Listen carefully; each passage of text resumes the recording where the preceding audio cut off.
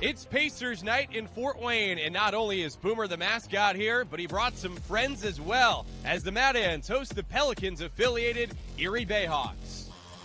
Hi, everyone, and a pleasant Saturday evening to you. Thanks so much for joining us. Alongside former Ants All-Star Ron Howard, I'm John Nolan. And Ron, what better way to celebrate the partnership between the Pacers and the Mad Ants than having a couple of Pacers here on assignment tonight in Alize Johnson and Indiana's first-rounder, Goga Bitadze. No, it's always good to have Alize, but this is Goga's first time here, Pacers' first-round pick. He's so excited to be here, excited to get some extended minutes here, and as you said, having Pacers night here, to have Goga here, super excited for our fans tonight. He was on the floor for the Pacers last night in Atlanta in a victory, now here in the Fort tonight. He's in the starting lineup. We'll tell you who else joins him, starters, and the opening tip coming up next.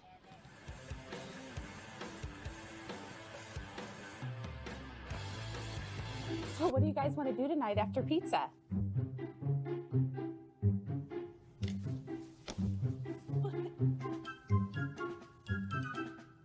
Are you looking for a fun-filled evening with your family? Well, look no further than a family night package from Pizza Hut and your Fort Wayne Mad Ants. You'll receive a lower-level ticket, a winter hat, a baseball cap, and a medium 3-topping pizza from Pizza Hut, all for $20 per person. Visit ftwaynemadaants.com to get in on this fantastic deal.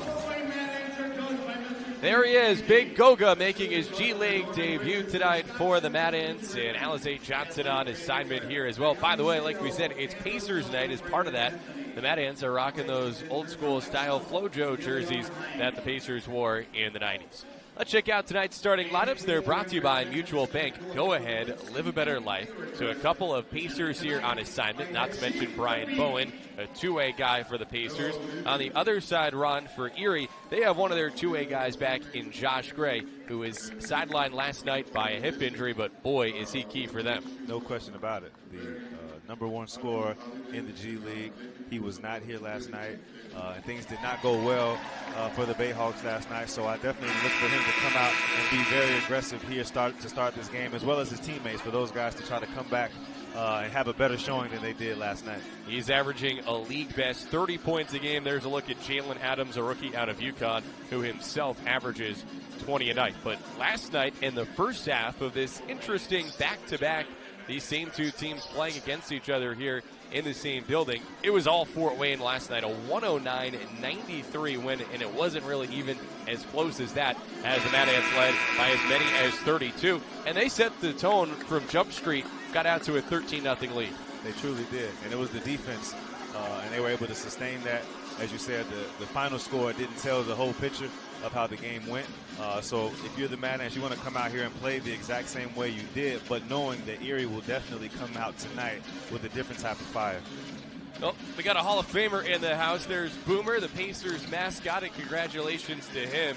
What a big week for mascots down in the state capitol. Not only Boomer, but also Blue from the Colts, finding out that they are headed to the Mascot Hall of Fame.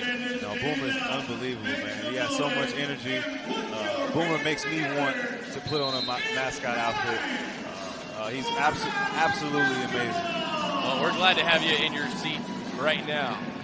Goga wins the tip, and we're ready to go. It's the Mad Ants wearing the Pacers FloJo jerseys and the Bayhawks in white.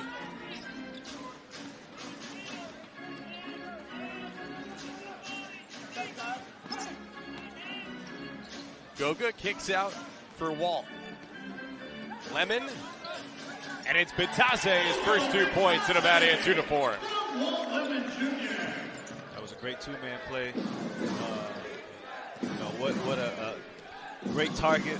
Walt put the ball right where he needed it. Easy finish. Goga's played in 20 games for the Pacers this year, starting a couple of times when they had injuries to Miles Turner and Tomas Sabonis earlier this season. And now Bitadze with the board.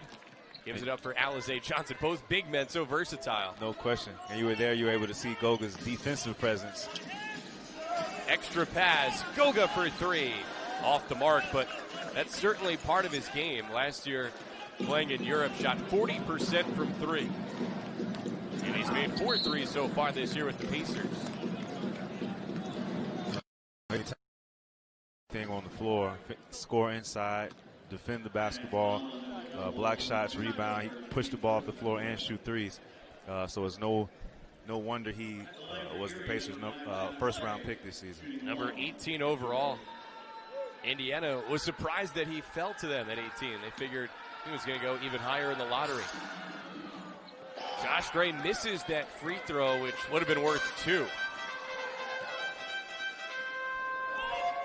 Surprising from Gray. He's an 81% foul shooter.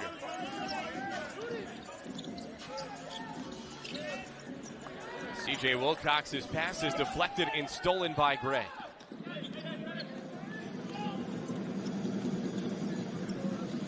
Cavell Bigby Williams try to back down Batase. Now up top for Adams. He's their best three-point shooter. Brian Bowen had a hand in the face. Lemon turns it over. Adams, foot on the accelerator. The kick in the corner. Aubrey Dawkins, no good. 2 minutes in, it's 2-0 Fort Wayne. Erie was cold early last night, and even with Gray back in the lineup, slow start again. Dawkins with the steal. Tie game. Aubrey Dawkins, the rookie out of UCF. He was on that team last year with Taco Fall that nearly took down Duke, and he was playing for his dad, Johnny Dawkins. Walt with the left hand. Doesn't go. Gray steps into a three. In and out for Vito Brown, and Alize poked it out of bounds. There's something here for Erie to have Josh Gray in the lineup. You can see every one of the other guys are able to kind of be in their normal, more comfortable position. Last night they were forced to have to do a bit more than they would have liked to have. But tonight there just seemed to be a different sense of calm having Josh Gray in the lineup. Gray's still in there. He'll be the trigger man. Dawkins just checked out. Scotty Lindsay replacing him.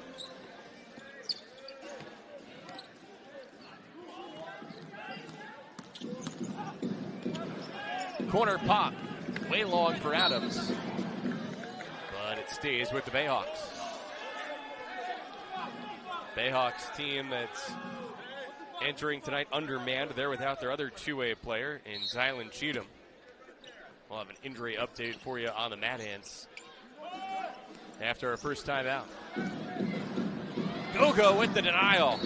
Some smothered chicken in the Summit City. And there, Goga just showing his defensive ability there. Time to jump perfectly. Cavell Bigby Williams, a guy who's averaging a double-double and who himself averages a couple blocks a game. A rookie, though, going toe-to-toe with an NBA guy. Batase with two hands. So great poise there to understand the big fella, as you said, averages a couple blocks and is fishing for him, especially after he just got his shot blocked. And Goga able to get him up in the air with the thunderous dunk.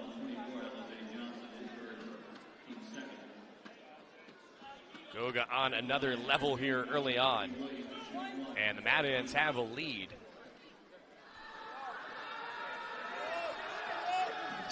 One free throw worth 2 for Bigby Williams. He's out of LSU.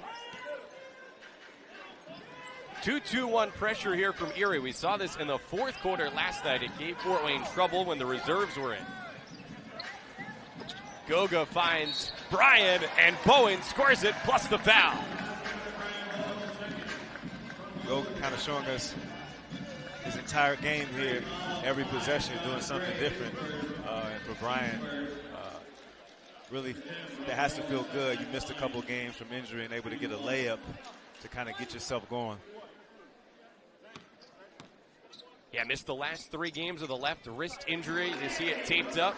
But hey, that right wrist is good. The stroke there, 3-point play.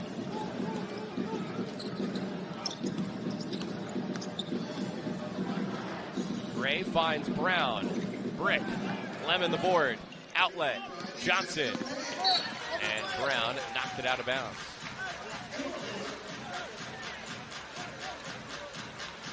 So, Ron, certainly a bonus here for Fort Wayne to have these Pacers players here on assignment, to have Bowen back from injury. But for you as a player, what's the challenge in having a lineup here that has no experience playing together in a game? That right there, having no experience playing with these guys, and then these guys are good guys, and so they want to help the team, but still kind of not try to show anyone up, not trying to shoot too many shots and things like that. And then you have the guys who have kind of were here already. They're in a different role, and so it is an adjustment. But it definitely helps when you have good guys and good teammates, so you can kind of talk through those types of things to kind of make things better. Yeah, and there is great cohesion between the Pacers roster and the Mad Ants roster throughout the entire organization. Ben Morton off the bench. He's got the board. Outlet for C.J. Wilcox. And it also helps having the terminology kind of the same across the board.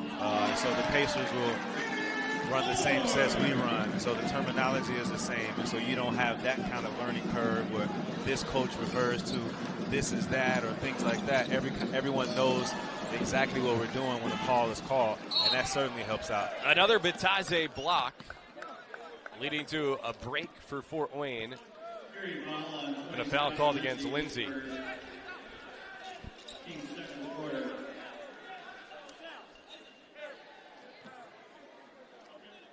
Yeah, and even another factor that does help to smooth out what could be otherwise perhaps somewhat of an awkward transition.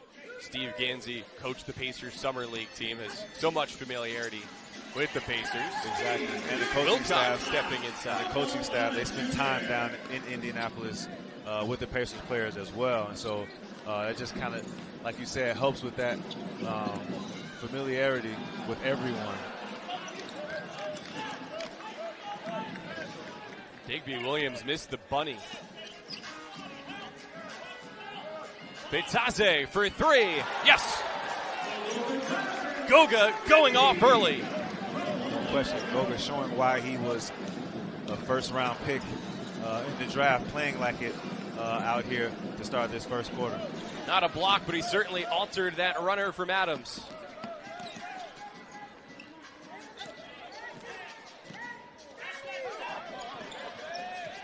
Too easy for Ben Moore. The feed from Brian Bowen as those two guys play together for the first time. Again, Ben Moore made his season debut at the end last night after he had been playing in Turkey, though he was with Fort Wayne parts of the last 2 years.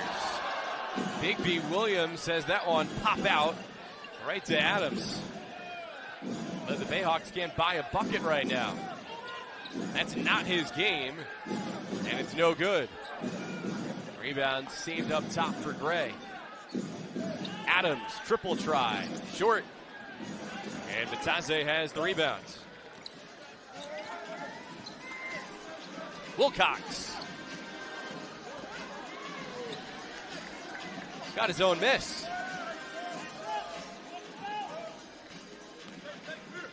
Waltz.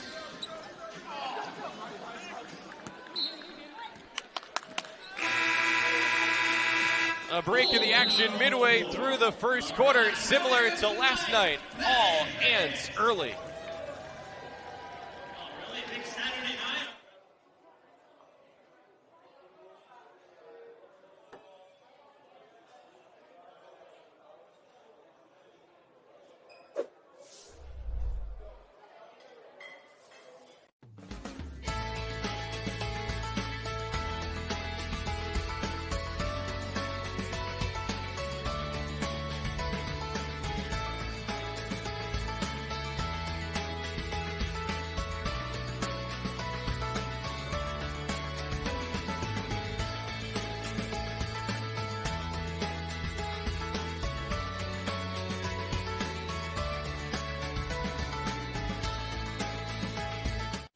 Hey Mad Ants fans, if your performance group is looking for the opportunity to perform in a large venue, then we want to hear from you.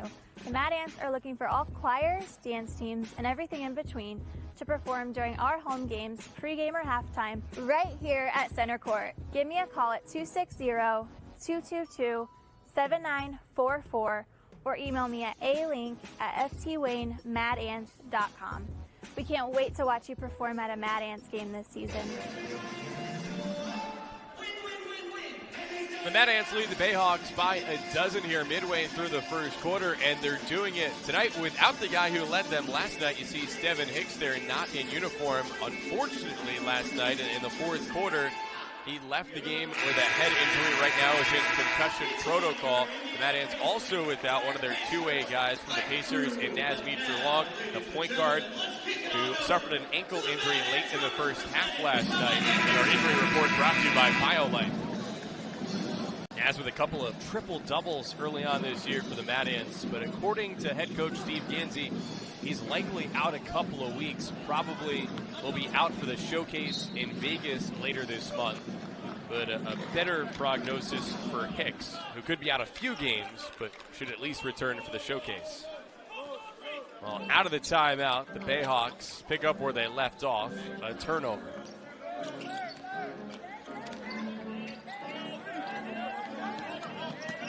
Goga Bitadze back to the basket.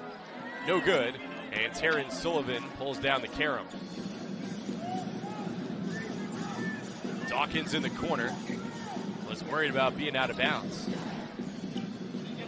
Sullivan grew up about an hour away from here in Lima, Ohio. No good for Vito Brown, the former Badger at Wisconsin.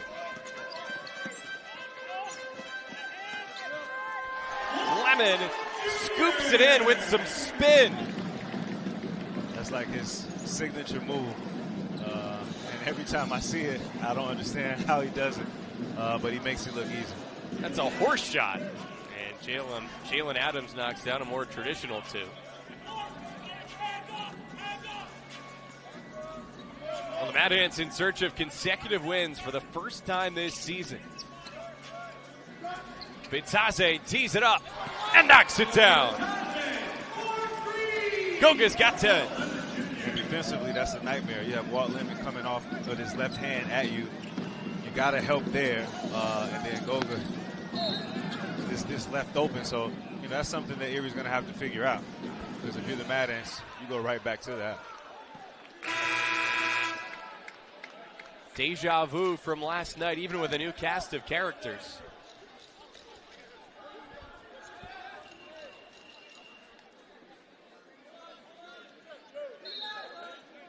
Situation right now for the Mad Ants where C.J. Wilcox was on the bench there, thought he was being replaced by Ike Wamu. But our head official tonight, Donica Mosher, said the Mad Ants couldn't make a change in that spot. Pick and roll again. This time Goga goes inside. Ben Moore has it stripped. Adams, the outlet. Sullivan, foul.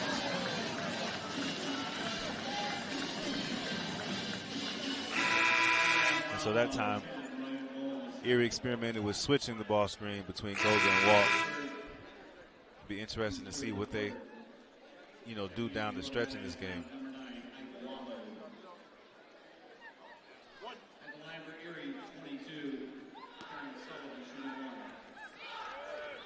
Alize Johnson back in for Goga. And for the Bayhawks, nothing is coming easy, even foul shots. They're 2 of 18 from the field, 1 for 3 at the line. They're 0 of 6 from 3, 0 for 7 from behind the arc.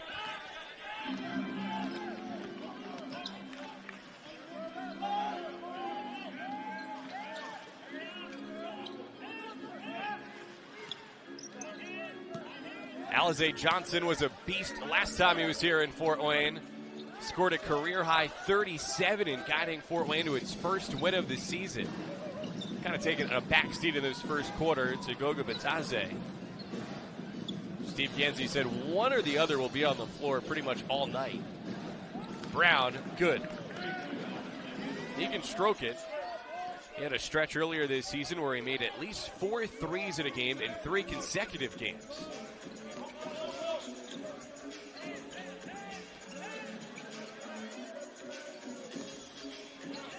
Bowen, catch and shoot. Got it. Ryan, this is what he was doing before that wrist injury. Doing a great job of knocking down that spot of 3-point shot. as Erie comes back down with a three of their own. Scotty Lindsay with the response. Ansto still doubling up the Hawks.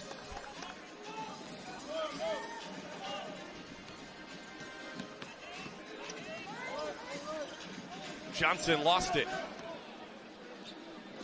Fort Wayne with this lead despite half a dozen turnovers so far. And that giveaway leads to an easy basket for Jalen Adams.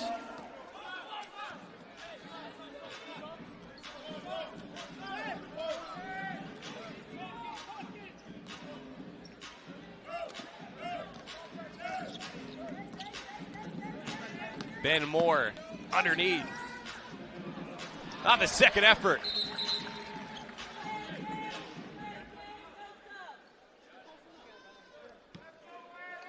Moore whistled for a delay of game after the putback.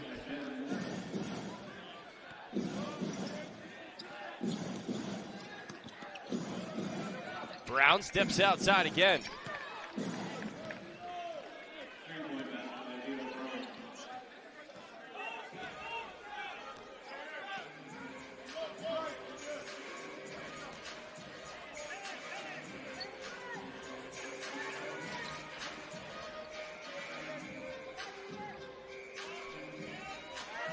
Five on the shot clock for Lemon. One-on-one. Traveled. A stoppage here with a bit over a minute to go in a first quarter that's been dominated by Fort Wayne. Ants lead it by 9. For nearly a decade, Sweet Cars has served last night. 13 of 18, including 4 of 5 from 3. He tweeted afterwards, just one of those nights. Josh Gray was out last night with a hip injury, and he doesn't look himself in this first quarter. Gray averaging a league-high 30 points a game, scoreless so far. He's 0 for 5 from the field. And with a guy like Josh who can score in bunches, you want to do everything you can to keep him out of rhythm. You know, you don't want to give him a layup or, one of those weak fouls to kind of get him a free throw to kind of get him going. You want to keep him kind of out of sync, if you will. Splash for Aubrey Dawkins.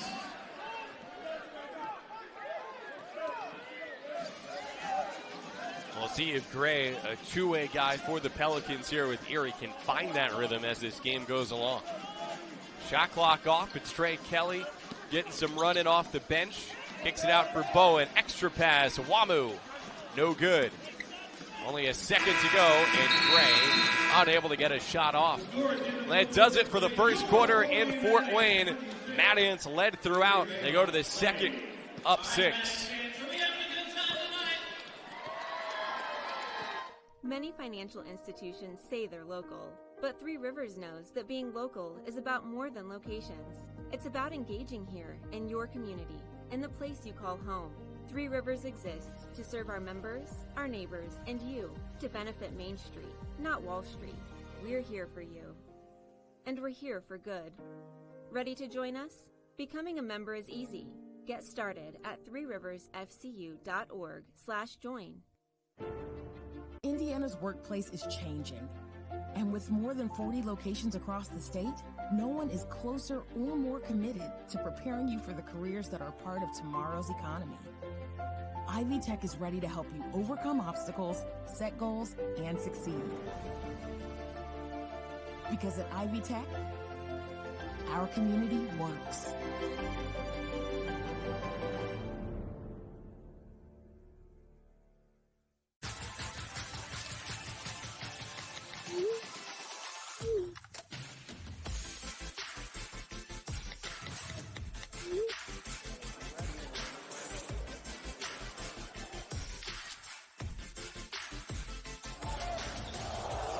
Up with McDermott. Yes! Don't be the one to miss out. Reserve your seat today at Pacers.com/tickets.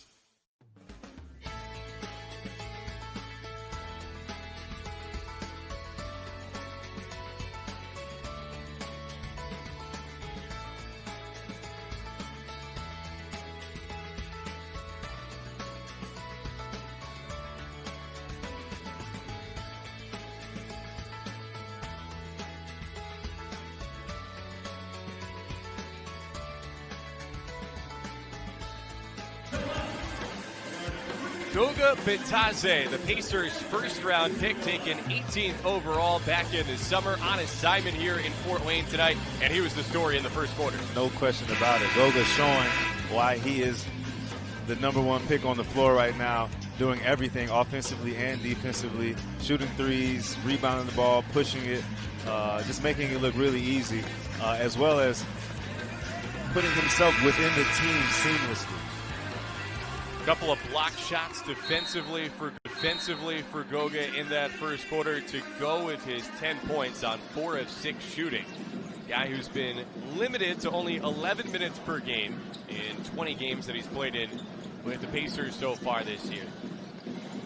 A chance for extended run tonight and taking advantage of it. Terrence Sullivan got to make his first start of the season last night for Erie. And they're a feed for Aubrey Dawkins, who scores on the reverse.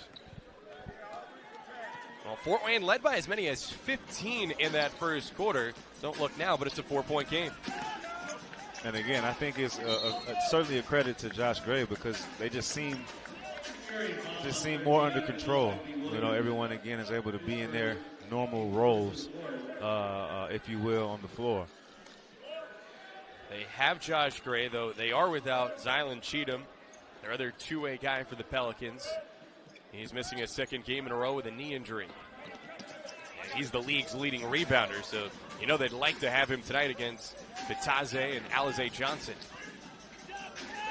High archer won't go for Trey Kelly, and it's last off of the Mad Ants.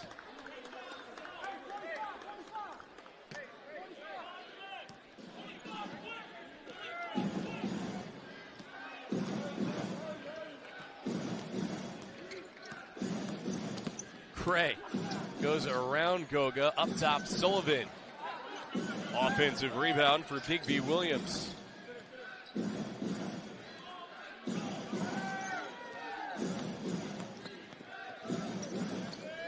Three on the shot clock, Sullivan. The turnaround fadeaway, Jay. He's got his friends and family here from Northwest Ohio to see him. In a loss last night for Erie, he was one of the bright spots, and his basket there makes it a one-possession game. Trey Kelly for 3. Bitadze was battling for the board, but Sullivan's got it. Finds Dawkins, the shot fake.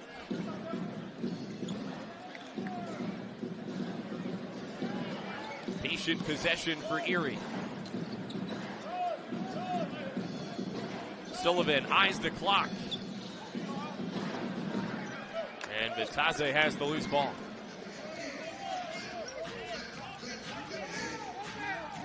Goga's got space. Bitadze. What a debut in the G League. And Bigby Williams has got to figure out that Goga can shoot that shot, that he's got to get out there. Last year, he was the rising star in the EuroLeague and was regarded as the top international big man in this year's draft class. But for some perspective on past teenagers who've won that Rising Star Award in the EuroLeague, I mean, we're talking about Luka Doncic, we're talking about Ricky Rubio, and Goga last year was a teenager. He only turned 20 in July. No, those top EuroLeague players are extremely talented. As you just talk about Luka, Luka's been so good so early on, we just call him Luka. And so Goga clearly showing that he's of that same pedigree. From the Republic of Georgia, didn't have an easy childhood. Where he grew up, his area was going through tough times economically. Wilcox off balance. Shooter's touch.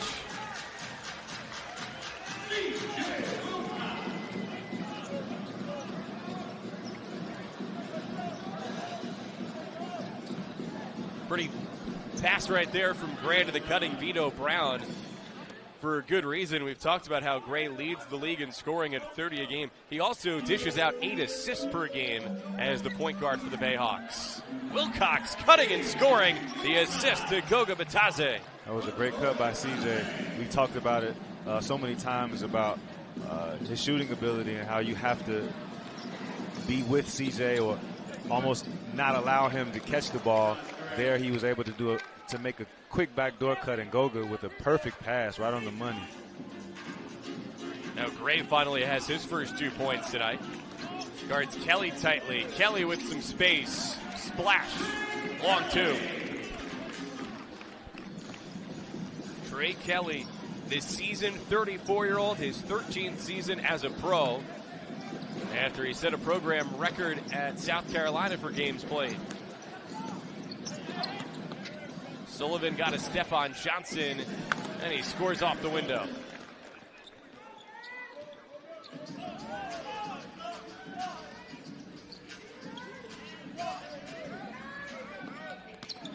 Alize Johnson spins, and he's swatted by Brown.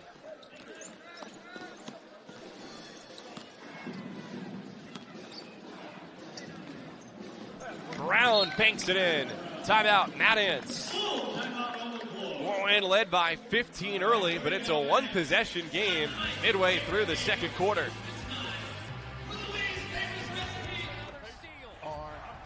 That Pacer culture. Alize Johnson and Goga Bitadze here with the Mad Ants tonight on assignment from the Pacers. They were with the Sirs last night in Atlanta. They earned a win over the Hawks, flew back to Indy, and then made about 2-hour drive up here to Northeast Indiana for tonight's game. Which is great for our fans. I mean, they're watching, two guys that were playing an NBA game last night. You know what I mean? There's one of them, and Johnson, no good. And now the Bayhawks have a chance to tie.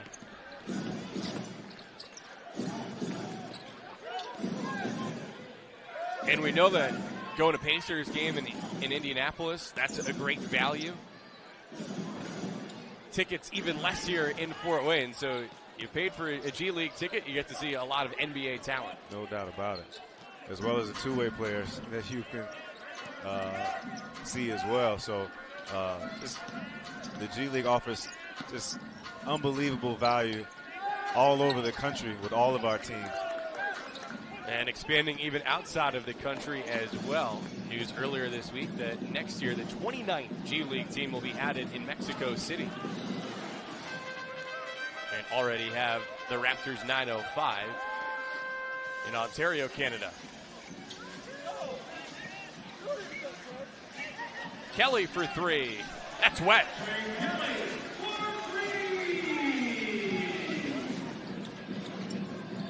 Kelly off the bench has knocked out a couple of long jumpers. Vito Brown, that's his third 3. No, it's a huge benefit to have a guy like Trey Kelly on your team because he's a veteran guy, still one of the best point guards in our league, can do anything out on the floor. A thunderous dunk from Bitadze, but before that, a foul. And now Goga will check out as Brian Bowen returns, along with Walt Lemon, who replaces Trey Kelly.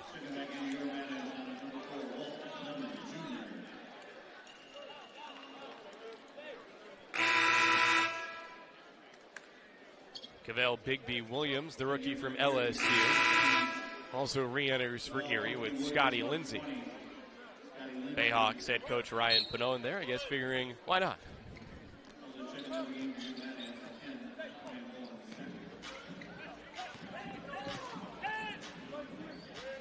Lemon the crossover. Traffic inside. Bowen on the drive.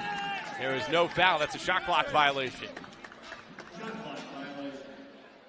What have the Bayhawks done to trim that 15-point deficit and pull here within 3 and have the ball? I would say it's been the poise, the point guard play of Josh Gray, kind of setting guys up. He has 5 assists early on here, and some of those hockey assists that don't necessarily go on the stat sheet as an assist has helped them as well. Well, Erie now without Victor Oladipo so far, not to mention a flurry of other injuries. No question. It's a credit to all of those guys, the entire team, without a doubt. The president, coaching staff, and things like that. For everyone to come together, losing a guy like Oladipo is a major blow to any team, but to be able to sustain your season, the Pacers never have that kind of give up mentality at all. Great block there by Brian Bowen. A great one. But it's just a credit to the entire organization, man, to stick with everything, to have Vic coming down, still being a part of the team, supporting his teammates and things like that. It just says a lot about, again, the culture that the Pacers have created. And, of course, the Pacers utilizing the Mad Ants and having Oladipo rehab his injury by practicing in Fort Wayne here several times recently. No doubt about it. It's just those are the benefits, the many benefits of the G League, where you can bring your players, have them, whether it's getting minutes, whatever it is, you can have a system here in place where the terminology is the same. They're still playing against NBA level competition to get ready to get back out on the floor for your team. Bitadze altered another shot, so Bigby Williams came soaring in for the follow-up. The Mad Ants were pretty sure that one was still above the cylinder, and it could have been offensive basket interference. But no call, and the Ants lead cuts down to 3 again.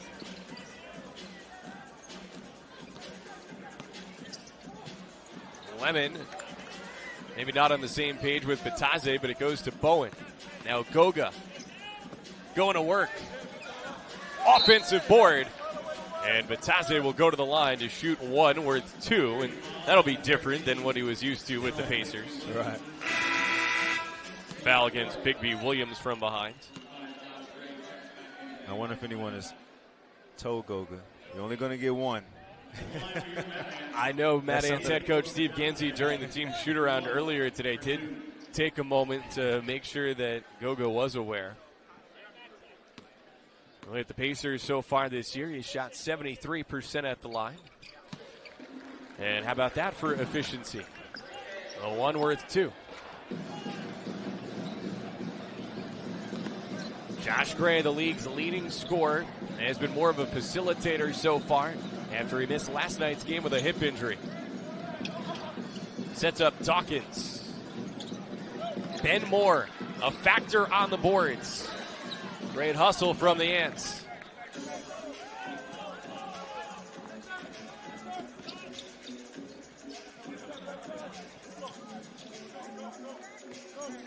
Bowen's got a mismatch. Brian with the back to the basket scores over Gray. That's great. That's what you want to see from Brian, recognizing he has a smaller guy on him and asking for the ball and doing everything he can to get the ball and then finishing. Just great signs to see, especially, again, him trying to get his rhythm back for missing those couple games with that wrist injury. Mature play by the 21-year-olds. Terrence Sullivan, no good on the fadeaway.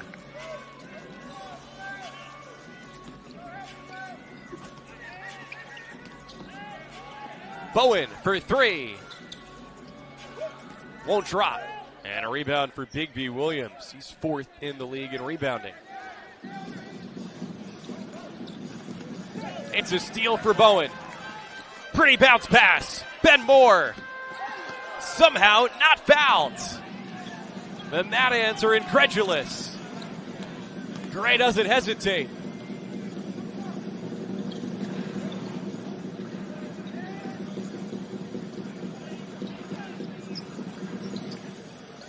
No good for Gray. Bitadze, he can do it all. Behind the back. Lemon lays it in. Goga, the assist. Goga's so fun to watch, man. That's not typically what you Wall have the ball, and he'll be making the pass, but there, Goga being so talented, man. The flashy behind the back pass, and Wall with the Walt-like finish.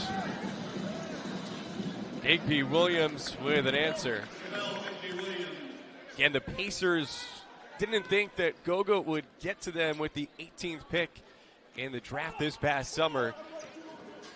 So they love the value there. Wilcox, quick release. No good as he goes to the floor. Gray, the spin. Guess that hip's feeling better, huh? It looks like it. Crossover, jet quick. A lot of dribbling, though. Bitadze deflected it. Ball on the deck. Wilcox Max effort. He wants a timeout. Conflicting whistles.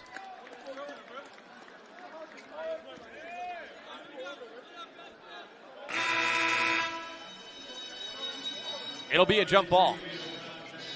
That was great hustle by CJ, diving on the floor for that ball. But I don't know if many people saw, Goga was guarding Josh Gray, and he's the one who deflected the crossover. So Goga has truly been fun to watch, man, and doing everything out here on the floor. About a foot taller than Gray, but got himself into a good defensive stance. And here's Steve Gansey in the ear of Isaac Barnett. And I think Steve is still kind of hot about the no call when Ben Moore drove to the basket a couple possessions ago. Everyone seemingly catches their breath, and Gray won that tip, but I think he jumped early, right? It'll be Mad Ant's ball. Well, when you're 6'1", going against Wilcox there, who's listed at 6'5", I mean, I guess if you're not cheating, you're not trying, right? And 6'1" is a generous. The G League did not have the same protocol as the NBA this past summer where everyone got resized. Like, for example, Alize Johnson, 24, going down the floor. On last year's roster, he was 6'9", but in the NBA this year, he was trimmed down to 6'7". Though that said, with his hair, which sometimes is all the way up, I think he gets the 6'9" back. And I think they kind of make guys take their shoes off, and they measure them with their shoes off, which some may say that makes sense, but they play with their shoes on. And so if you're expecting to see a 6'7" Alize, and then when you get on the floor, he's 6'9", that might throw you off a little bit. Another jump ball with a minute to go in the first half. And it's a half that has seen the Mad Ants lead throughout and seen Fort Wayne lead by as many as 15 as they go for back-to-back wins for the first time this year and try to sweep this back-to-back series against the Bayhawks. Johnson against Vito Brown. Up top and up. Too strong. Offensive rebound, Johnson. He's a monster on the boards. And he'll head to the line for one, worth two. Alize is unbelievable at just crashing the rebounds, and he's so aggressive down there. Has to be a nightmare to try to box him out and keep him off the glass. Timeout called by Ryan Pannone, the Bayhawks head coach. We'll keep it here with 52.4 seconds left in this first quarter. First half, I should say.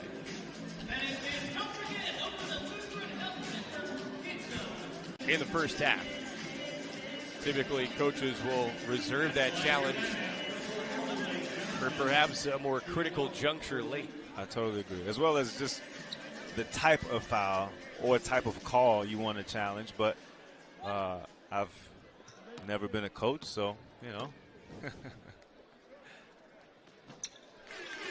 Free throw good for Johnson. I know Ryan Pannone previously was an assistant coach in the G League with the Bayhawks, and at the time, remember the longtime veteran NBA official Joey Crawford? I do. He has a son who is also an assistant coach with Erie at the time, and so the Bayhawks staff at that point, they would just listen to the younger Crawford whenever he thought they should challenge a call, because, I mean, when your dad's a legendary NBA ref, right, you have a pretty good sense of those things. Right, and I think sometimes coaches will, you know, just listen to their players. You know, they have the trust in their players, and if one of their guys say, I didn't foul them, they'll, you know, trust their guys and kind of go for it. Bowen cleans up the lemon miss. Shot clock off. Bayhawks can hold for the final shot. Josh Gray with only 2 points in the half so far. He gets a screen from Brown. Gray, long range, no. And the Mad Ants end the first half on a high. Fort Wayne seeking consecutive victories. Halfway there, it's the Mad Ants up by 11 after the first 24. Philosophy has always been, what would I do if this was my mother? You have the blessing from God to know that you're serving in a capacity that you truly love. This isn't a job to me. They're coming to us at their most vulnerable. They're coming to us at a time when they're dealing with something totally unexpected. And when you see people go through that every day, it kind of gives you motivation to be your best. We have some of the best clinical staff that I have ever worked with in my 20-some years of healthcare.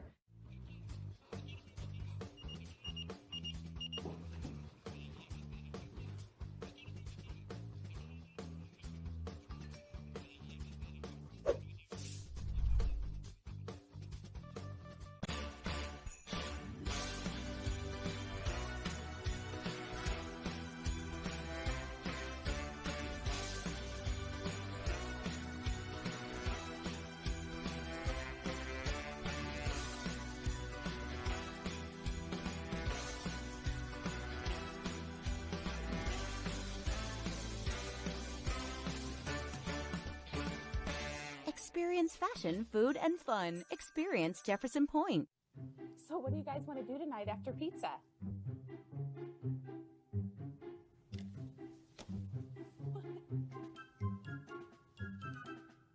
Are you looking for a fun-filled evening with your family? Well, look no further than a family night package from Pizza Hut and your Fort Wayne Mad Ants. You'll receive a lower-level ticket, a winter hat, a baseball cap, and a medium 3-topping pizza from Pizza Hut, all for $20 per person. Visit ftwaynemadants.com to get in on this fantastic deal.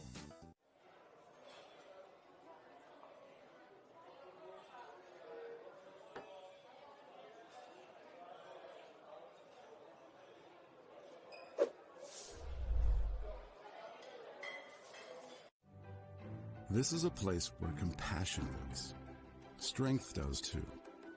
Experience, innovation, and an unwavering commitment to caring for hearts of all ages. This is Lutheran Heart Center, where an elite team of professionals comes together to work as one. From preventive screenings to complex procedures, advanced and comprehensive heart care lives here. Hey Mad Ants fans, if your performance group is looking for the opportunity to perform in a large venue, then we want to hear from you. The Mad Ants are looking for all choirs, dance teams, and everything in between to perform during our home games, pregame or halftime, right here at Center Court. Give me a call at 260-222-7944 or email me at alink@ftwaynemadants.com. We can't wait to watch you perform at a Mad Ants game this season. John Nolan at Pacers Media, and it's a pleasure to be joined now by the head coach of the Indiana Pacers, Nate McMillan. Coach, thanks so much for giving us some time. And it's year number 4 for you now, and during this period, we've really seen the G League evolve year to year. And at this point, you see Mad Ants players go back and forth with the Pacers. How do the Mad Ants help the Pacers? Oh, they help us a lot. I mean, in the sense that, you know, Coach Gansey is in constant contact with the coaching staff as far as the style of play that we're trying to create here with the Pacers so that when he is teaching his players with the Mad Ants, you know, they're doing similar things. You know, we're running similar plays. We're putting these guys in similar situations as far as how we defend here with the Pacers. They are doing you know, some of those things down with the Mad Ants, and you know, he's done a great job over the last couple of years with the Mad Ants. You know, we because he's so familiar with our system, we ask him to coach our summer league team to basically allow him to continue to create some different things, because we want to take a look at some of his ideas as far as what he liked to use with the Mad Ants and in developing our players that, you know, we're splitting time with.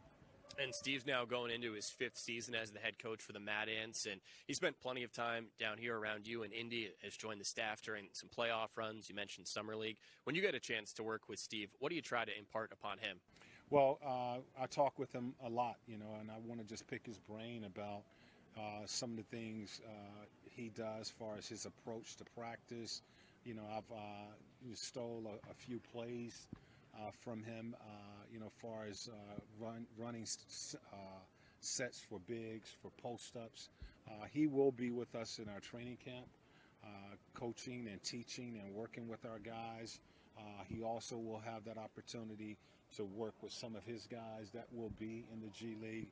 We have our G League players in camp with us. It's really different than it used to be, I would say 5-10 years ago, where you would have, 4 or 5 free agents that is coming into training camp with you, and they have an opportunity to make your roster. It's not like that anymore. All of those positions are taken by your G League players. So, all the guys that will be in training camp with us this season is on our either the Pacers roster or the Mad Ants roster. So it's great because, these are our guys. This is a pool of players that will go back between Mad Ants and the Pacers throughout the season.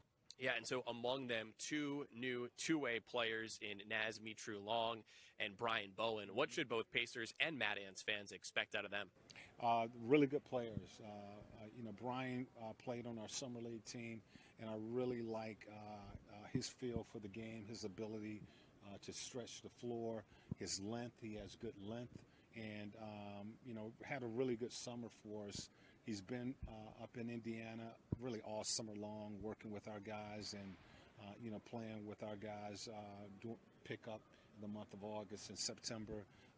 Naz came in, and as a guard, I would love to play with this kid. He reminds me of Corey Joseph for us. His ability to defend, he can shoot the ball. He's bigger, a little bigger than Corey, but nice size. Does a good job of using his body, but he can stretch the floor. So, both of these guys can put the ball in the basket, and should be an exciting year for Steve and the Mad Ants. Yeah, and it's going to be an exciting year here for your group, too, and congratulations on another playoff run last year. What are you looking forward to now with this 2019-20 season? Well, it's practically a new roster. We have 7, really 9 new players, including players that will be joining our G League team. But it's a different roster in the sense of going into the season. The chemistry is something that we always try to work on. We will start that as of tomorrow. Our first practice, building that chemistry that we had last year. I feel we're going to be able to do that with the players that we've brought on board. And this year is about us proving ourselves. We've been in the playoffs the last couple of years, but we want to take that next step. And for us, the first step is to try to win the Central Division. We feel that we've added some players to our roster that can help us try to accomplish that. We feel that we've added depth to the roster, and we're certainly excited to be getting Victor back as soon as possible. We don't know when that day may come, but we expect him to join us sometime this season, and looking forward to working with the roster that we put together. We look forward to watching and following. Best of luck to you this year, and thanks again for your time. All right, thank you for having me. Pacers head coach Nate McMillan here at Pacers Media Day.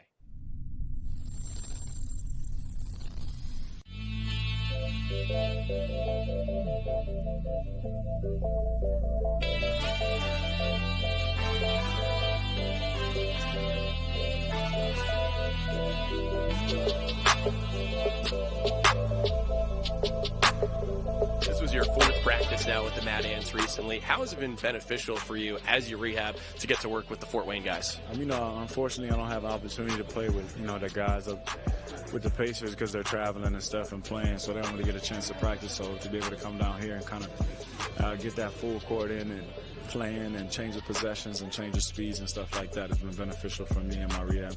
It's been fantastic. How often do you have a chance to have a 2-time NBA All-Star, here in Fort Wayne, helping our guys?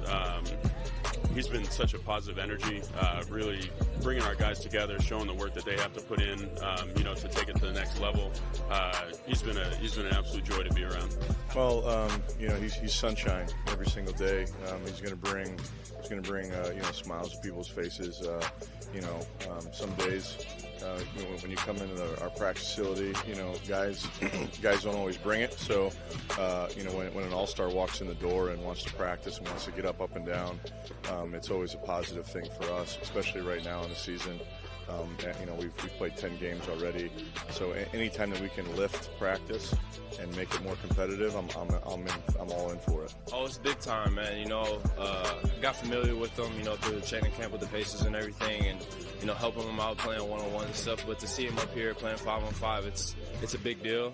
He looks great. He's helping us a lot. He's a willing passer and everything. It just shows us that the game's a lot easier than we can make it sometimes. And just don't stress over the little things. So it's big time to have him here. He's helping our young guys. So his athleticism, his speed. It's obviously a lot bigger and a lot quicker than some of our guys, but it's great to go against a guy like that. Not every day you get to go against Vic and an all-star and a top player and a scorer that can score in all different levels. So it's good to have him around and just talk to our guys and just work. What do you look to impart upon younger players and guys who are trying to join you in the NBA? I think the biggest thing is just, you got to outwork. You got to outwork people. I mean, at the end of the day, everybody has the same goals and aspirations and dreams that you have, but you have to find something and do something to separate yourself from everybody else. So the ones who do that and find their niche, I guess you would say, are the ones who have that opportunity.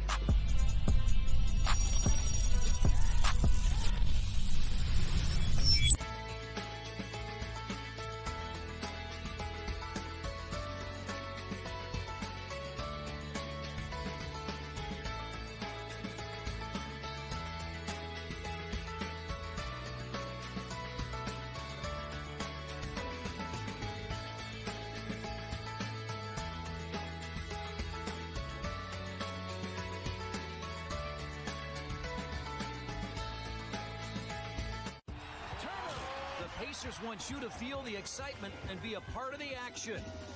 Plan your company, school, or team outing today. As a group, you can play where the pros play. Perform in front of thousands. Pump up the crowd. High-five the stars. Bring the noise. Dance your heart out. Take home a part of the game. Great experiences are available for your group. Go to Pacers.com/groups.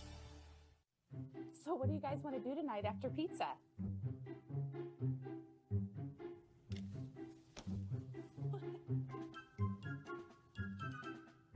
Are you looking for a fun-filled evening with your family? Well, look no further than a family night package from Pizza Hut and your Fort Wayne Mad Ants. You'll receive a lower-level ticket, a winter hat, a baseball cap, and a medium 3-topping pizza from Pizza Hut, all for $20 per person. Visit ftwaynemadants.com to get in on this fantastic deal. For nearly a decade, Sweet Cars has served thousands of Northeast Indiana residents with a commitment to service and passion unlike any other. At Sweet Cars, we take pride in delivering the perfect automobile experience. Whether you're looking for a daily driver, in search of the perfect ride, or needing service, detailing, or consultation, our team provides passionate, hassle-free concierge-level services to each and every customer. Find out what sets Sweet Cars apart by visiting sweetcars.com or stop in to meet with one of our team members. Pacers rookie Goga Bitadze with the Pacers so far this season at a high of 13 points in a game that came on November 6th against the Wizards. How about 15 in the first half here in his Mad Ants debut? Goga's done everything on the floor, on both sides of the floor, done a fantastic job. As you see there, he and Walt working the two-man game to perfection, causing Erie all types of problems, as well as on the defensive end. So not just blocking shots, but altering all sorts of shots. Our first half highlights here brought to you by OmniSource. And, well, Goga was in double figures with 15. So was Brian Bowen, the two-way guy, at 10. And it was a great sign for Brian, missing about 3 games with that wrist injury. So it's always good to see a guy come back from those types of things and have a great showing. He got a layup early on. I think that kind of settled him. He kind of just picked up where he left off, knocking shots down, blocking shots, defending the basketball. A great showing coming back from that injury. So the Mad Ants led the first half wire to wire. They led by as many as 15. You did see the Bayhawks rally in the second quarter, made it a one-possession game. But if you're Steve Gansey and the Mad Ants, you have to be pleased with that first half, especially the job on the defensive end. No doubt about it. And you're able to keep the leading scorer in the G League Josh Gray 1 for 9 shooting and 0 for 2 from 3. He didn't even make his free throw shot. So defensively, you want to definitely keep him in check and continue to challenge every pass, every catch, and secure rebounds and run. Good defensive pressure right there by C.J. Wilcox to affect the Jalen Adams shot. Alize Johnson running the break, was looking for Bitadze. Knocked out of bounds. It stays with the Ants. And hey, expect to see the Bayhawks hungry here in this second half. They've dropped 2 games in a row. They've lost 4 of 5. It's a mostly young team. They've got 5 rookies on the roster.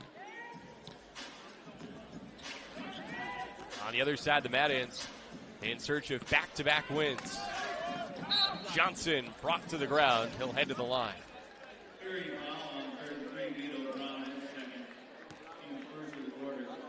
Alize being aggressive, as he always is, taking the fight to the defenders and able to draw that foul. Well, Alize had the monster 37-point game, leading the Mad Ants to their first win of the season here on November 24th. After that, he went right back to the Pacers. He appeared in their game against the Jazz on November 27th, but has not played in the last 8 games for Indiana. So he gets a chance for more minutes here tonight. And there was another instance where Goga didn't block the shot, but he altered the floater attempt by Josh Gray. And Alize there, an unselfish feed for Brian Bowen, an easy bucket. Last night, the Mad Ants beat the Bayhawks by 16 in a game they led by as many as 32. Brick City for the Bayhawks. And that's just never allowing them to get into a rhythm. These guys are obviously capable scorers. You have Josh Gray, who's leading the league in scoring, and Adams, who's averages 20 points a game. So these guys are scorers, but you have to credit the defense, the Mad Ants, not allowing them to get easy shots or rhythm shots. Johnson spins and scores.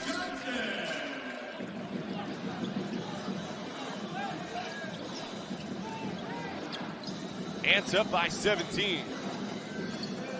Gray goes inside for Cavell Bigby Williams. And Brian Bowen called for the foul on the hold. Bowen second. Good to see the smile back for Brian. As Ron said, he missed the last 3 games with a left wrist injury.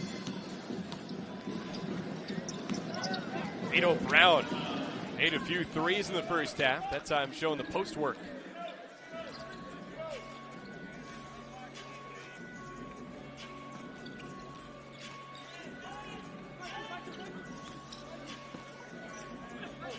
Alize Johnson was mugged. No whistle.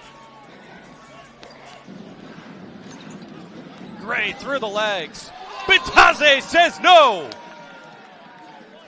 And defensively, I mean, that's just beautiful. Totally vertical.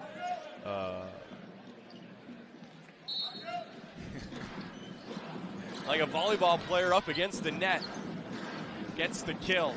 As an offensive player, it throws everything off because you're wondering where he is every time you drive to the basket. Goga was active defensively there, too. That may have gone off of his hand. I think they'll credit Bigby Williams for the basket. Goga, a fiery player, high energy, not afraid to show emotion on the floor. The more stoic, in this case, Walt Lemon, and easy, too. A daring attempt by Bigby Williams there with Bitadze challenging. Brian Bowen, count it, and one.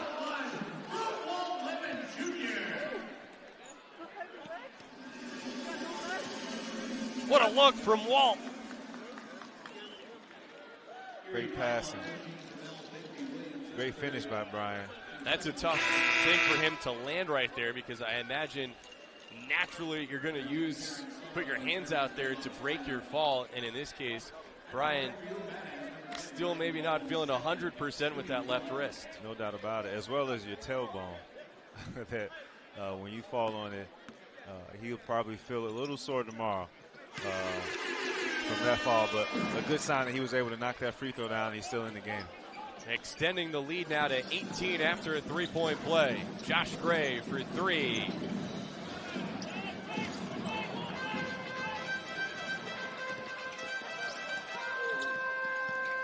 Bowen baseline drive off the hands of Johnson. Lemon recovers. Bitadze, he's got some size and strength on Sullivan, and a touch too. I love how he takes his time. When he got the ball, he looked around to see if guys were cutting, to see if there was a double team coming, and then just went into his move. Shows great poise to be as young as he is, but I think that has a lot to do with that EuroLeague experience, because those are some tough games and tough environments that those guys play in. Yeah, not to mention that he got his first taste of pro basketball at around the age of 14. So a rookie here in the NBA and in the G League, but a guy who kind of grew up quick. No doubt about it. It has to be a benefit to start your professional career at 14.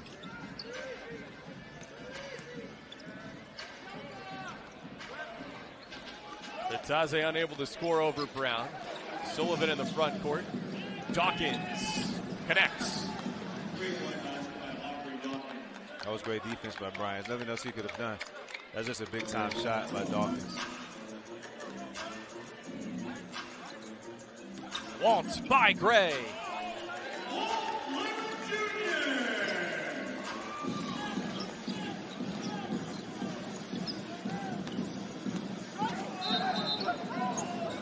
The sheer presence of Bitadze as a shot blocker caused the two-way guard Gray to travel.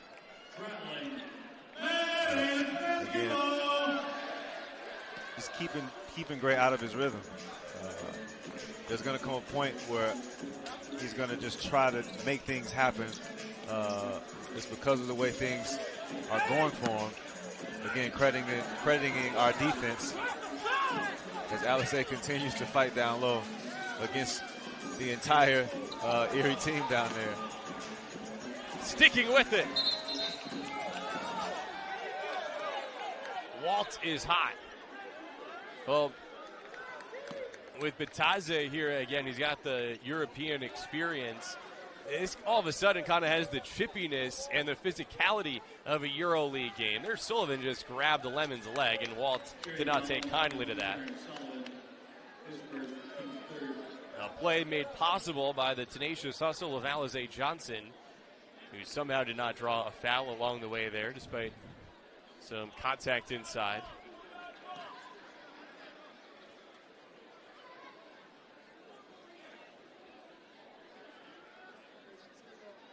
Everyone gets an extra tick here to catch their breath. And now Steve Gansey calls a timeout. We'll take a timeout as well. My favorite time of year, Christmas. Looking forward to the 25th. And I know my children are excited. Bitadze steps outside.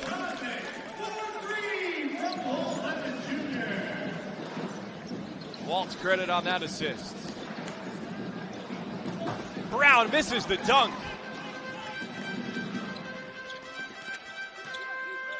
Wilcox, wide, open. He's cold. CJ was on fire for a stretch of a few games. As Sullivan unloads, no. Bitadze, the tallest guy on the floor, stands for the rebounds. Lemon locked in on the rim. Johnson, the motor never stops. No head of the line. Alizé is a handful down there. There were three Erie defenders down there, and Alizé was the one to get the rebound and draw that foul. I'm glad I'm not a big guy who has to be down there trying to keep him off the glass. Right now, the Mad Ants have 5 guys on the floor who've played in the NBA, and as Bitadze comes out and Ben Moore comes in, he qualifies too. On the other side for Erie, Josh Gray has played 5 games in the NBA. And otherwise, they have a rather youthful team on the floor. And I think the score is reflecting that. Erie without its other two-way guy in Zylan Cheatham, out with a knee injury, though he is a rookie himself. Adams on the drive.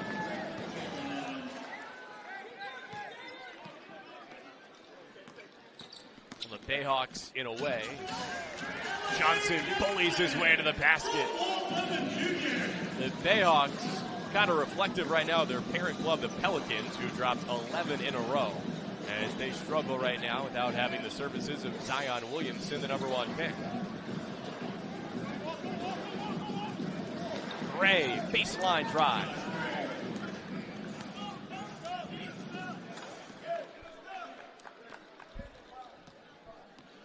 But Gray has averaged 30 a game and has only 6 points in 24 minutes tonight in his return from a hip injury. And those hips going to work right now, trying to slow down Walt Lemon. Johnson for 3. Bottoms. And there you see the growth. That's a live ball. Wilcox stole it in the corner. Bowen was battling for it. It'll go to the Bayhawks, but if you're on the Mount Answer Pacers side here, you gotta love the fact that not only is your team here up 20-plus points, they're playing with a level of intensity as if they were behind. And that's what you always want to see. You don't want to worry about the score. You want to continue to play to get better.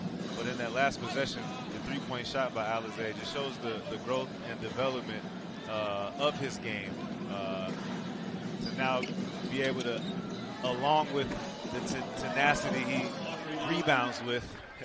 There was some tenacity from Aubrey Dawkins. Whoa! No doubt about it.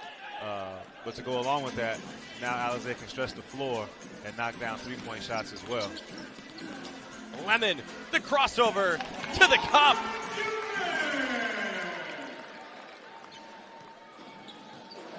Walt, as he goes back court, and he's so locked in right now. Adams misses on the 3. Bowen the rebound, up ahead for Walt. He was getting back on defense, practicing his offensive moves. Off of Lemon's thigh, Hawks ball.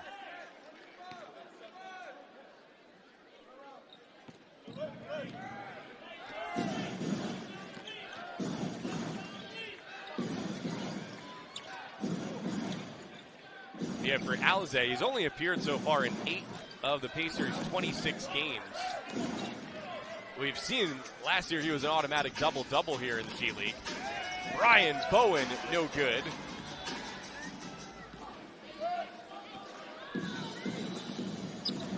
Adams with a burst and the reverse. Really nice finish by Adams in transition. He's been their best three-point shooter this year. Showing he can go in attack mode too. Alizé Johnson kicks out. Ike Wamu. Book it.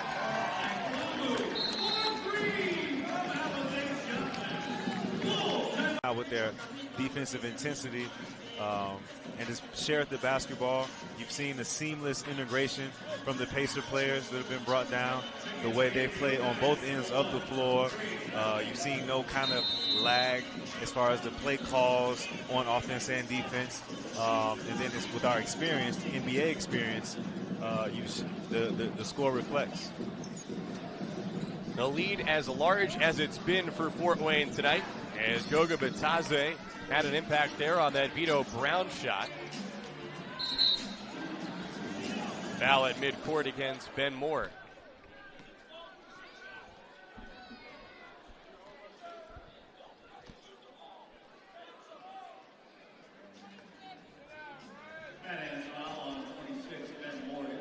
I have a feeling, Ron, that Bayhawks head coach Ryan Pannone did not want Vito Brown to take that last 3. I don't think he did either. Just a suspicion, though. All right, now is Ryan Pannone trying to coach up this young team. Bayhawks there were even slow to get to the sideline there to inbound. They're just not really firing on all cylinders, let's say. In addition to not having Zylan Cheatham tonight, they also were without Quentin Chivas, backup guard. battling the flu. Last night we saw Javon Best come back from an ankle injury, but he wasn't good enough to go back-to-back nights. Good look from Goga to Alizé, who misses down low. Another thing the Bayhawks have had to deal with this season, at times they've had one of the Nuggets two-way guys in Vlatko Cancar. He's played in 10 of their 13 games, but he's with Denver now. A bucket for Brown. Bayhawks go to that 2-2-1 press, which you don't see too often here in the G League or NBA for that matter. Ron, be ready. I was ready too. Jim Shovelin, our public address announcer there, he's thinking that pass was for him. Everyone here at the table has to realize any loose ball is directed towards you. This is now a second time in a row where the Bayhawks don't have anyone to inbound the ball.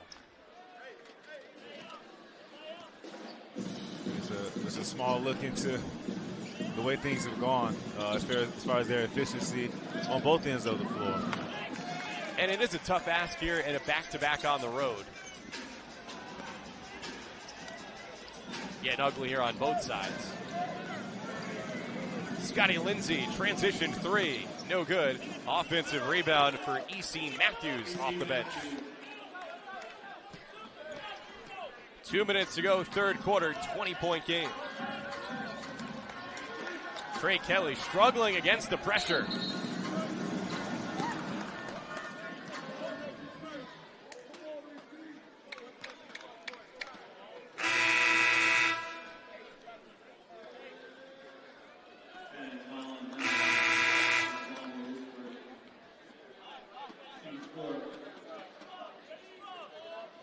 What'd you have on that whistle?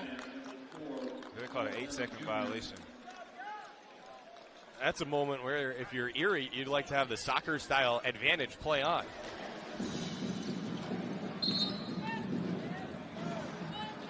Trey Kelly called for a foul.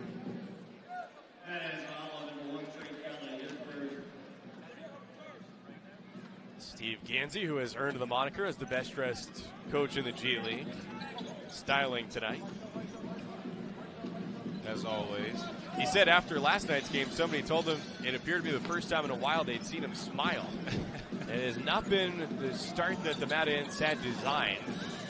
Currently 4-10, but seemingly on their way to a second win in a row, though E.C. Matthews has other ideas. A guy who averages 4 points a game just scored 5 in a flurry. And this game right now has zero rhythm to it.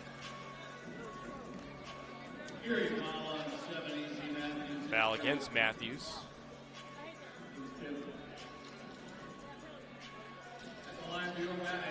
And it sends Alizé Johnson to the line. Anyway, we talk about this being the season of giving, and last year right away as a rookie, it was so impressive to see what Alizé did in giving back to those where he grew up in Williamsport, Pennsylvania. You know, it's not a city that's known to produce a lot of NBA caliber players. And Alizé, whether it was treating families to Thanksgiving meals back in the area, giving his old high school team brand new sneakers, and he's continued those charitable efforts now in his second year as a pro. No doubt about it. And I would say that most of these guys are just incredible people all over the league.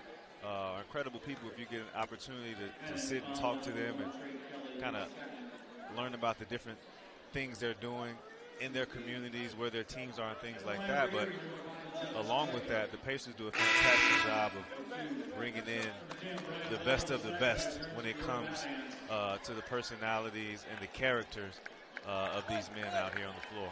Yeah, not all about the game on the floor, but the entire person that the Pacers put a priority on. Gray makes one free throw, works two, and hey, credit the Bayhawks here. They've made this game ugly, and all of a sudden, they've gotten back within 15.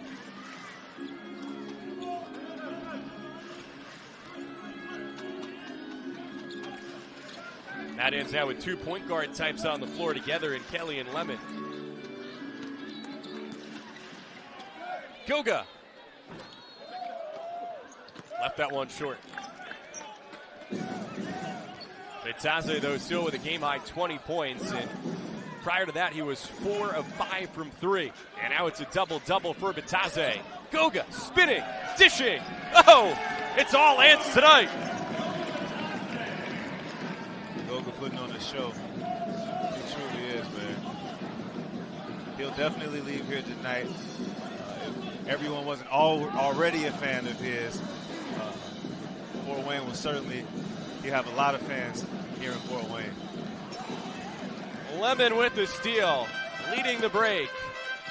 Waltz, all alone. I've got a feeling Steve Gansey is going to volunteer his services to drive back and forth from Northeast Indiana to Indy to bring Goga back and forth as he can.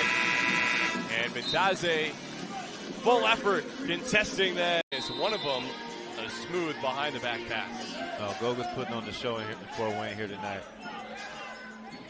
He'll start this fourth quarter on the sideline as the Mad Ants face the 2-2-1 pressure from the Bayhawks.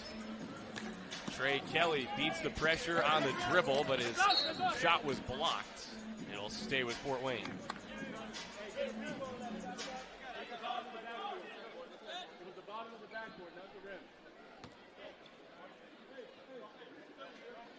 Goga joined here by Alize Johnson on assignment as well.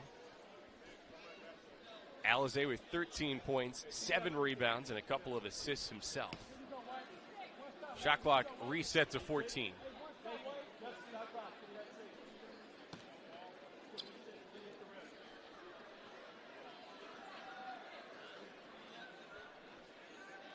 Hey, it's only Saturday night. No one's got plans after this. Now the shot clock brought down to 6 seconds. Bowen. No, Moore's got to get it off. He does, but it won't drop. Josh Gray, corner kick. Matthews. Offensive rebound, Sullivan. Sullivan puts it in. Taryn Sullivan, a Northwest Ohio native from Lima. He's got friends and family here. They probably didn't see this moment coming when he, out of high school, didn't have any D1 offers. Went to D2 Findlay, but he's made it. Lemon finds Moore. Yes!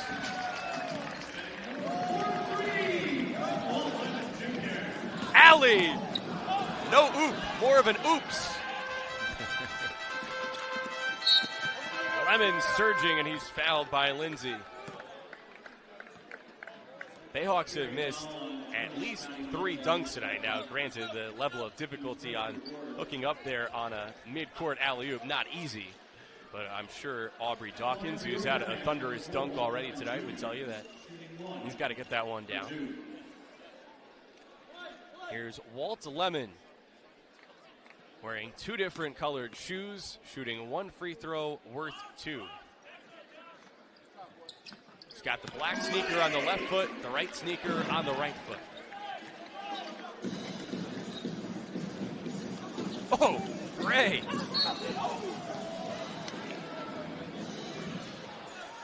That was a dirty crossover. That was a really nice move.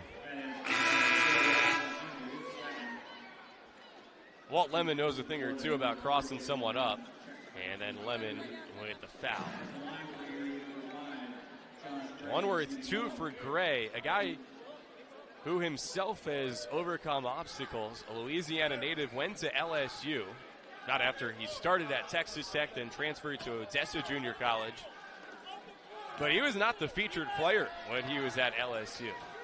You maybe would think that a guy who's leading the G League in scoring was at least the star in his team in college. Well, they had a guy named Ben Simmons there at the time.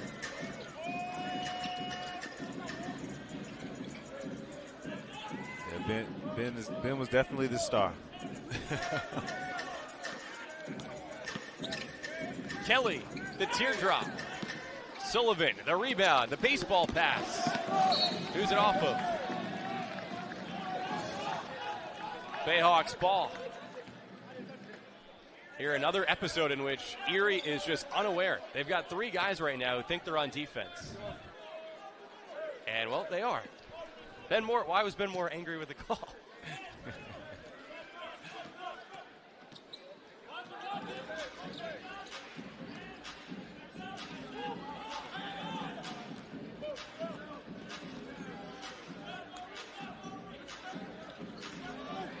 Good look there from Moore to find the streaking Bowen, and he's fouled. And Brian does a great job of cutting to the basket on the weak side when his man isn't looking. He's always cutting to the basket to get those layup and N1 type opportunities.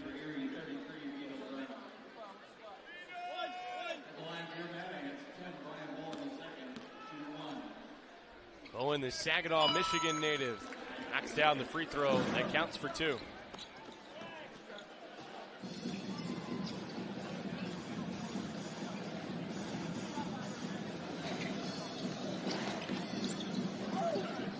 Adams, now the assist for Gray.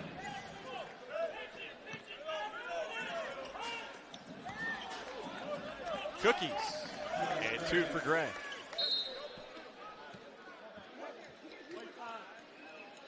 Delay of game against Gray.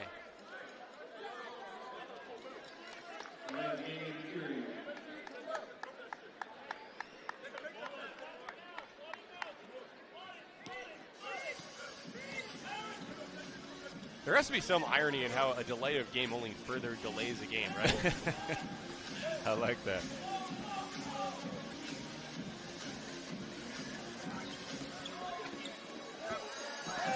Alize Johnson with 2 hands.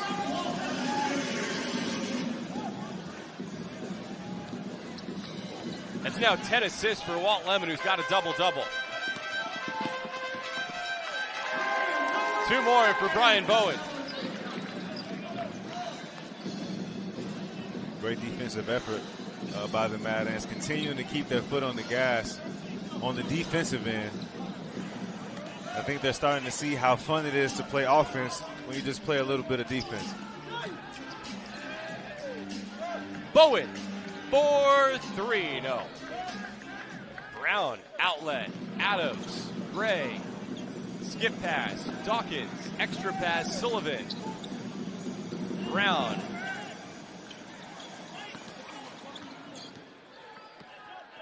Everybody clap your hands. Walt Lemon with a double-double tonight. 14 points, 10 assists. Before the game, his head coach Steve Gansey told him, you know, you look good tonight. And Alize Johnson and Goga Bitadze look good.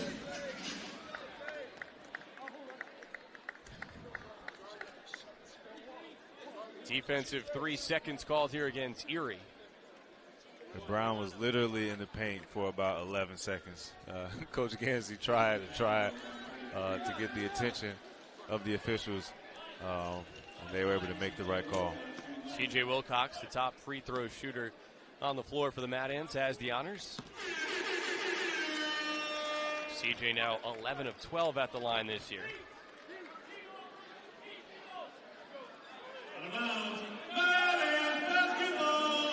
Yeah, Ron, we know that Walt Lemon, a guy who came into this game leading the team in scoring, averaging 20 per.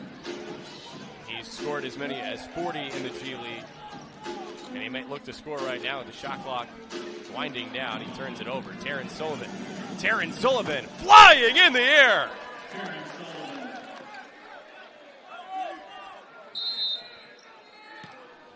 Timeout, Mad Ants.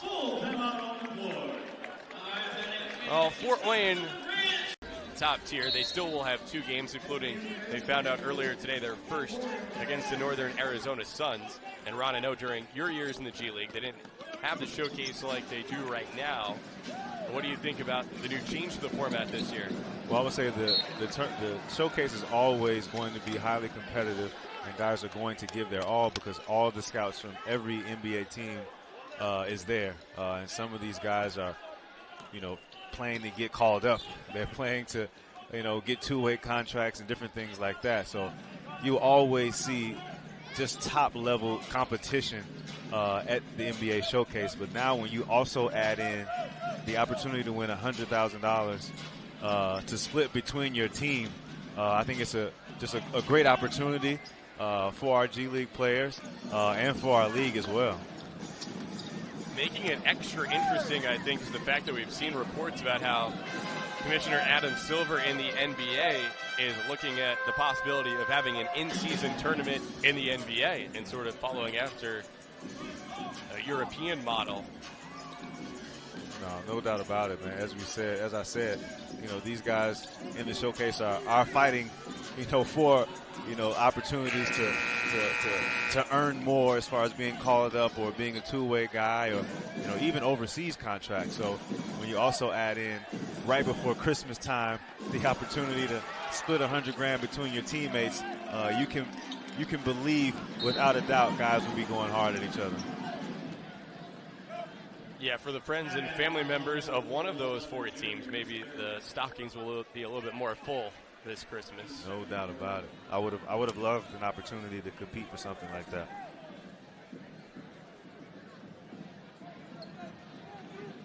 Meanwhile, the Mad Ants are having major trouble against the full court pressure of the Bayhawks. Now, not really to worry in the sense that they're comfortably up by 23. As a horrendous shooting night continues for the Bayhawks, who are shooting 34% from the field. Terrence Sullivan continues to have a solid night. He's got 11. But the Bayhawks as a team, 8 of 32 from 3. That's 25%. A lot of ISO here from Walt Lemon.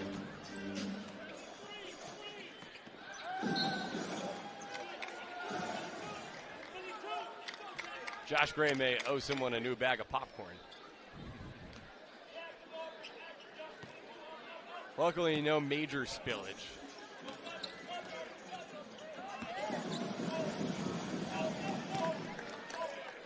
Ron, what should the Mad Ants be attempting to do here to have better success against this pressuring defense? Well, you got to just spread the floor and just relax. I understand we have 8 seconds to get the ball into play, but just spread the floor, get the ball in the guys' hands who can handle the basketball, and just beat the press. No good for C.J. Wilcox. Ben Moore, unselfish, and Bowen has it on the second try.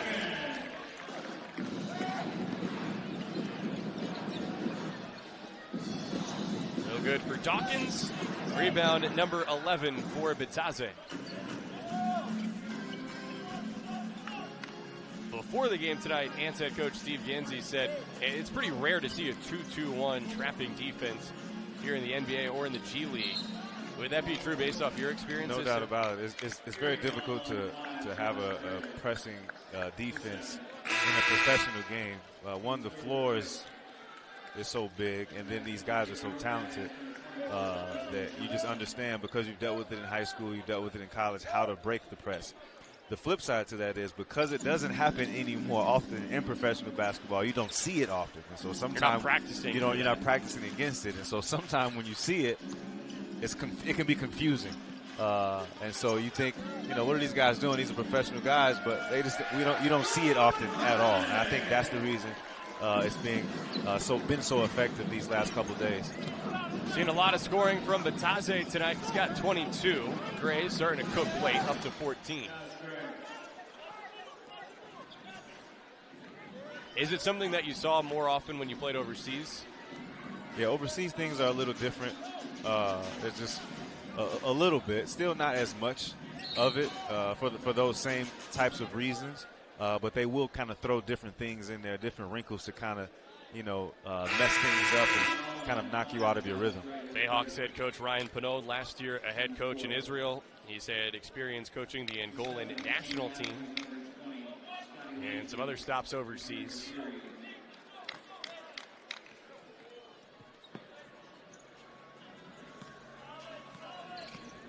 Alize Johnson, the spin, and he scores.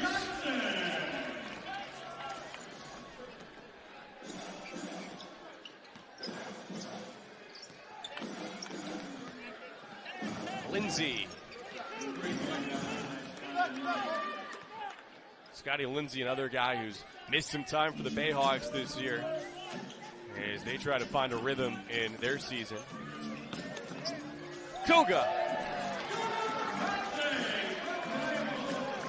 He just plays with like a veteran style pace when he's out on the floor, not speeding up, just playing his game. Does a great job using shot fakes and spin moves and different things like that. Yeah, belying that he's merely 20. And have only been playing basketball for 6 years. I know Peter Dinwiddie, the Senior Vice President of Basketball Operations for the Pacers, is here in the house tonight. And he has to be pleased with what he's seeing here, as Goga's had the chance for extended run that's not available right now, as the Pacers have gotten healthier, at least with their big men. No doubt about it, man. It's a great sight to see, as this is his first time living in a different country, living here in Indianapolis. I can remember my time traveling all over the world playing. It can be difficult, but it's good to see that he's adjusting really well. It can be difficult, but Goga's making it look easy tonight as the Mad Ants are on their way to a second. See where we are. The Mad Ants don't anticipate having Goga Bitadze back for that one on Monday, although it sounds like Alize Johnson could return. It's Alize with the ball in the backcourt against the full court pressure from the Bayhawks. DJ McCall, the Fort Wayne native, in the game for the first time tonight.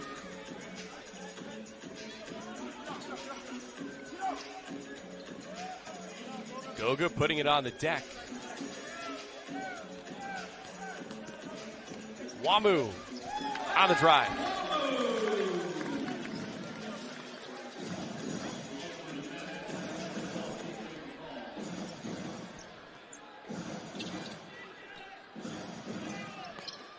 Terrence Sullivan around the screen.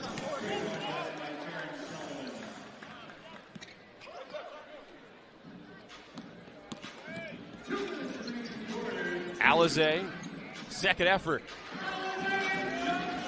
19 for Alize to go with 10 boards, a double-double. You can pencil Alize in for a double-double. When he shows up to the arena, every night. Book it. And Bitadze now adds to his line with a board.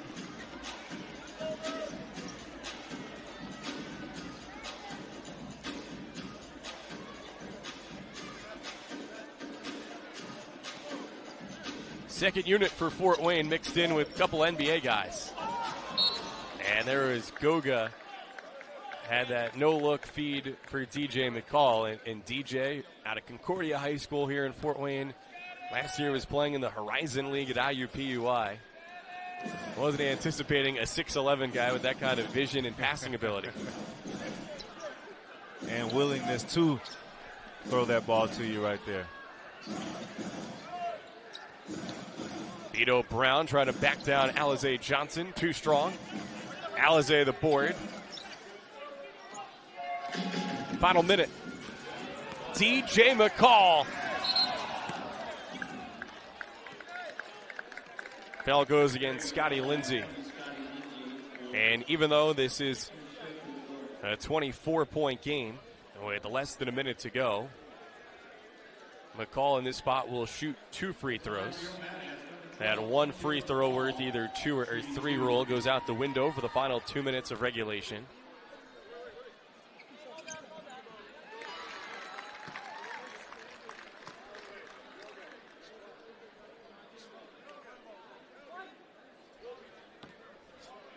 DJ a couple games ago made his first G League start. The Mad Ants and the Pacers have really loved the heart and hustle that he has shown.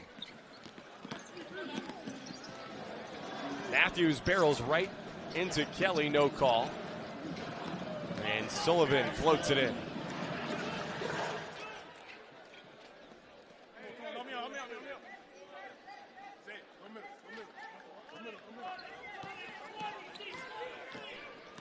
Wamu splits traffic. Goga Bitadze! An exclamation point on a scintillating performance in the Summit City. Matthews drills it in the corner. Wamu again for McCall. Too unselfish. Matthews, Euro stepping. 20-point game, 20 seconds left. Shot clock off. And at last, the Bayhawks back off.